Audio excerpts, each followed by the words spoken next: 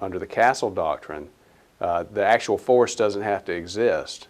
You simply have the right to use deadly force to defend your home from an intruder. You could shoot someone who was unarmed as long as they qualify as an intruder and it's your house. Then you pretty much are free to defend yourself and use deadly force.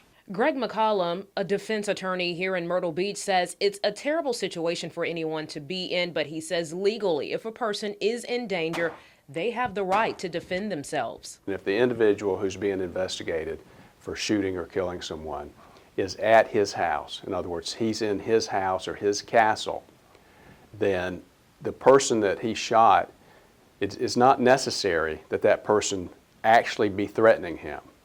If that person is intruding into his house, the law presumes, the law creates that threat as if it were there, and he gets the legal benefit of that, even though it may not be there.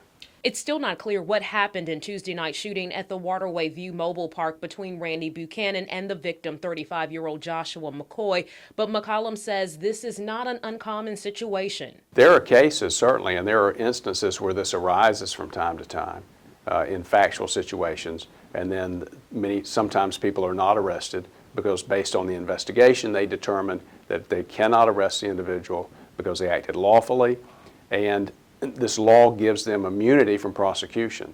And so that's a big factor which did not exist before the passage of this law.